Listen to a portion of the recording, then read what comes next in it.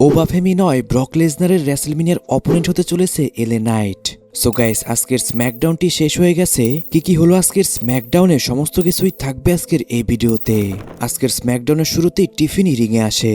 Tiffany রিংয়ে এসেই তার title হারার কথা বলে এবং সে আবারও চ্যাম্পিয়ন হবে এই কথা বলে। তখনই সেখানে নায়া জ্যাক্স এবং লাস্ট লিজেন্ড চলে আসে। তারা এসেই টিফিনি স্ট্র্যাটনের সাথে একটি ব্রল করতে চায়। তাদের মধ্যে ফাইটটি শুরু হওয়ার আগেই সেখানে চলে আসে রিয়া রিপ্লি এবং ইও স্কাই।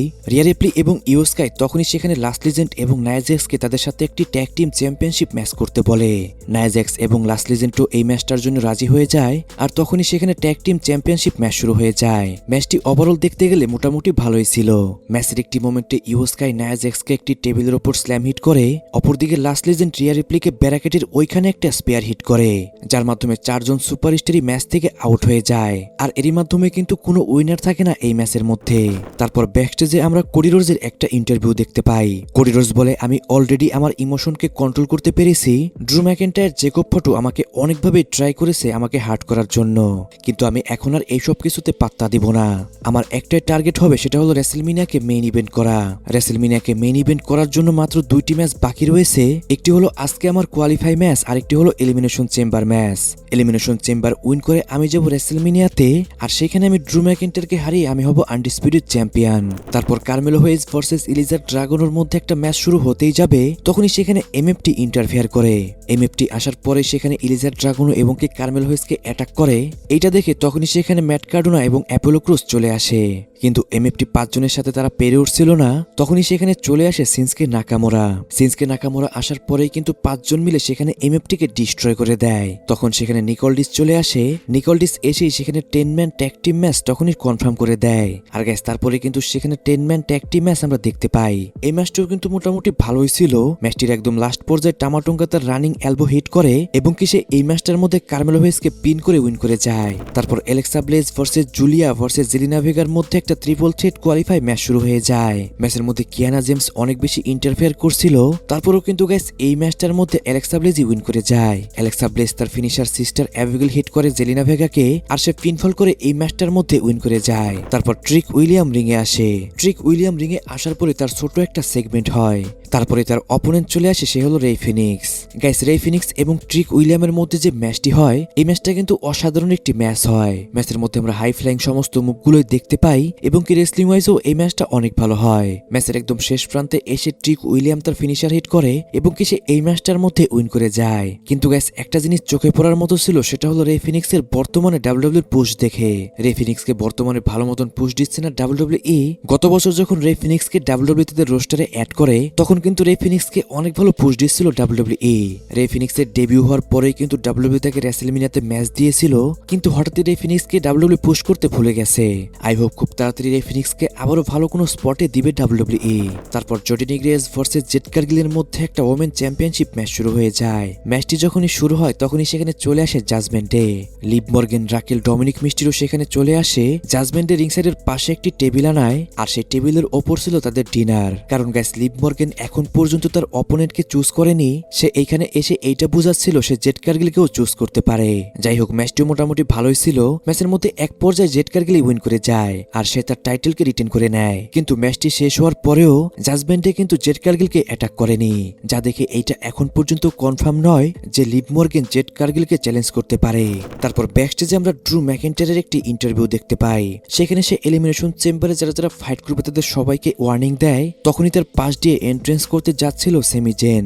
সেমি জেনকে দেখে ড্রু ম্যাকেন্টায়ার সেই ম্যাচটি জেতার জন্য বলে এবং কি সে এই ম্যাচটার জন্য সেমি জেনকে গুড লাক বলে।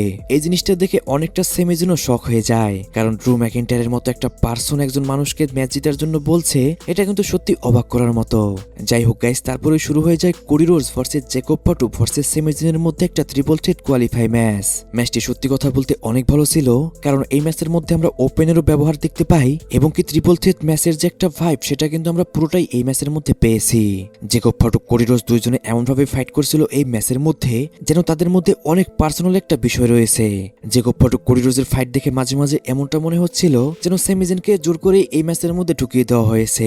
ম্যাচের একটি মোমেন্টে জেকব ফটক সেমি জেনকে তার ফিনিশার মুনসল হিট করে এবং সে পিনফল করে। তখনই সেখানে ড্রু ম্যাকেন্টায়ার চলে আসে। ড্রু ম্যাকেন্টায়ার এসে জেকব ফটকে পিনফল অবস্থায় একটা ক্লেমর হিট করে। এরপর ড্রু ম্যাকেন্টায়ার জেকব ফটকে অ্যানাউন্স টেবিলের ওপরে একটা স্ল্যাম হিট করে। আর ড্রু ম্যাকেন্টায়ার কোডি রোজকেও কিন্তু অ্যাটাক করতে ভুলে না। সে কোডি রোজকে একটা ক্লেমর হিট করে সেমি জেনকে পিন করতে তার ওপরে রাখে। কিন্তু শকিং বিষয় হলো কোডি রোজ সেখান থেকেও কিক আউট করে দেয়, যা দেখে ড্রু ম্যাকেন্টায়ার অনেক রেগে যায়। ড্রু ম্যাকেন্টায়ার আবারও কোডি রোজকে অ্যাটাক করতে আসে, কিন্তু এবার সেমি জেনি ড্রু ম্যাকেন্টায়ারকে একটা হেলোয়াকে হিট করে দেয়। গ্যাস এই বিষয়টা কিন্তু সত্যি একটু অন্যরকম লাগছিল। সেমি জেনকে কিন্তু হেল্প করতে এসেছিল এখানে ড্রু ম্যাকেন্টায়ার, আর সেই ড্রু ম্যাকেন্টায়ারকে হেলোয়াকে হিট করলো সেমি জেন। যাই হোক, তারপরে কোডি রোজ সেমি জেনকে তার ফিনিশার হিট করে এবং সে এই ম্যাচটার মধ্যে উইন করে সে গেল এলিমিনেশন চেম্বারে। সত্যি কথা বলতে এই ম্যাচটার মধ্যে জেকব ফটক ছিল বেশি ডিজার্ভিং, কারণ গাইস জেকব ফটককে কিন্তু একটা মোমেন্ট এখানে দিতেই পারতো WWE, কিন্তু এখানে তারা আবারও সেই কোডি রোজকে এখানে মোমেন্ট দিল। যখন এই ম্যাচটার মধ্যে কোডি রোজ উইন করে অডিয়েন্সরা কিন্তু সেখানে বেশি চেয়ার করেনি কোডি রোজকে। যাই হোক গাইস, আজকের যদি স্ম্যাকডাউন আমরা ওভারঅল দেখি, আজকের স্ম্যাকডাউনে কিন্তু এমন এমন কিছু সেগমেন্ট ছিল যেগুলো কিন্তু বলার কোনো প্রয়োজনই আমি মনে করিনি। কারণ গাইস এই সমস্ত ছোট ছোট সেগমেন্টের মধ্যে না ছিল কোনো স্টোরির মধ্যে কানেকশন, জাস্ট এখানে মজা করার জন্য এই সমস্ত সেগমেন্ট এখানে রেখেছিল আজকের স্ম্যাকডাউনে। আমি এটা বুঝতে পারছি না রেসেলমেনিয়ার আর মাত্র 2টি মাস রয়েছে, কিন্তু এখন পর্যন্ত আমরা স্ম্যাকডাউনে সেরকম কোনো বড় স্টোরি আমরা দেখতে পাচ্ছি না। মানডে নাইট র যদি আমরা দেখি, সেখানে কিন্তু মোটামুটি একটা স্টোরি স্ট্রং রয়েছে, সেটা হলো ভিশনের স্টোরি। কিন্তু বর্তমানে স্ম্যাকডাউনে সেরকম কোনো বড় স্টোরিই নেই। আমি বুঝতে পারছি না কিভাবে স্ম্যাকডাউনের ক্রিয়েটিভরা কাজ করছে। যাই হোক গাইস, যেহেতু আজকের স্ম্যাকডাউনে সেরকম কোনো কিছুই ছিল না, তাই 2টা বিগ নিউজ আপনাদেরকে আমি এইখানে বোনাস হিসাবে দিয়ে দিচ্ছি। মাল্টিপল সোর্স থেকে জানা গেছে WWE কিন্তু রেসেলমেনিয়ার আগেই বেশ কিছু ক্রিয়েটিভ মেম্বার অ্যাড করবে, যার কারণে আমরা রেসেলমেনিয়া আস্তে আস্তে WWE স্টোরিকে আরো বেশি ইমপ্রুভ হতে দেখতে পারবো। আই হোপ এরপরে আমরা স্ম্যাকডাউনকে আরো ভালো মতন দেখতে পারবো, কারণ বর্তমানে স্ম্যাকডাউনে সেরকম কোনো স্টোরি নেই। এবং নাম্বার 2 যে আপডেটটি রয়েছে সেটা হলো এলএ নাইট এবং ব্রক লেসনারকে নিয়ে। গতকালই আমি একটি আপডেট ভিডিও দিয়েছিলাম যেখানে আমি বলেছিলাম যে রেসেলমেনিয়াতে ব্রক লেসনারের সাথে ম্যাচ হতে পারে ওবা ফেমির, কিন্তু গাইস আজকে আবার একটি নিউজ বের হয়ে গেছে, সেটা হলো এল নাইটের সাথে ম্যাচ হতে পারে ব্রক লেসনারের রেসেলমেনিয়াতে। যেহেতু সামনে হচ্ছে রেসেলমেনিয়া, এখন কিন্তু নিত্য নতুন অনেক বেশি আপডেট চলে আসবে, এই জন্য কিন্তু আমি সমস্ত আপডেটগুলো কভার করার চেষ্টা করব।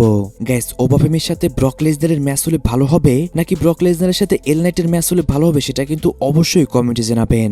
আজকের ভিডিও একটু ছোট হবে কারণ আজকের স্ম্যাকডাউনটি দেখে আমার কাছে অতটা ভালো লাগেনি। আর গাইস যে জিনিসটা আমার কাছে ভালো লাগেনি আমি বিশ্বাস করি সেটা আপনাদেরকে আমি ভালো মতন ডেলিভারও করতে পারবো না, এই জন্য অযথা পার্ট দিয়ে দিয়ে আমি ভিডিও বড় করতে চাচ্ছি না। সো গাইস আজকের ভিডিও এই পর্যন্তই। রেসলিং সম্পর্কে সমস্ত নিউজ এবং আপডেট জানার জন্য চ্যানেলটিকে সাবস্ক্রাইব করবেন।